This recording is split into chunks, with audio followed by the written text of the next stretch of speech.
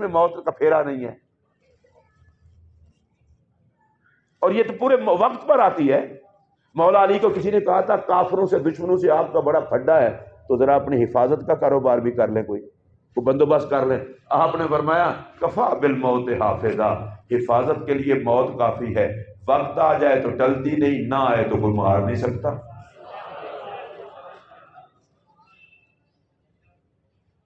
اللہ کے ایک نبی کے پاس ملک الموت حاضر ہوئے، انہوں نے کہا ملک الموت آ جاتے ہو، روح قبض کر لیتے ہو، چلو کوئی پیغام شیغام گھر چھڑیا کرو، بندہ تیاری کر لو۔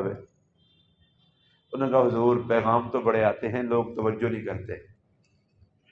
سنیے، فرمایا کیا پیغام؟ کہا جب دوست فوت ہوتا ہے تو توجہ نہیں کرتے، میرے ساتھ بیٹھنے والا چلا جا رہا ہے تو میں بھی نہیں رہوں گا۔ اگلی بات فرمایا جب یہ کالے سفید ہو جاتے ہیں تو پھر اسے پتہ نہیں چلتا کہ یہ بھی پیغام ہے موت کا۔ پھر اس نے کہا حضور یہ جب کہتے ہیں اج میرے گوڈیاں درد ہے، اج میری لک چ درد ہے، اج میری پسلیاں دکھ دیاں نے، تے فرمایا جدو پرزے کام چھڈنا شروع کر دیندے ہیں، یہ بھی تو پیغام ہوتا ہے، پینڈا مک گیا جی۔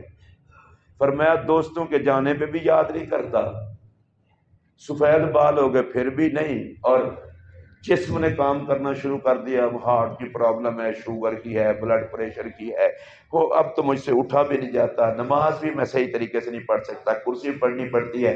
ملک الموت نے کہا سارے پیغام کے باوجود جب نہیں سمجھتا تو پھر میں خود آ جاتا ہوں۔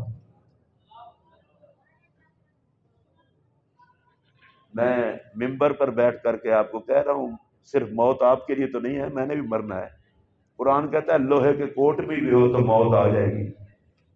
ایک بندہ بیٹھا ہے حضرت سلیمان علیہ السلام کے پاس، اور حضرت سلیمان علیہ السلام کے پاس بیٹھا ہے تو ملک الموت اس بندے کو نا یوں دیکھ رہے ہیں نظریں جما کے۔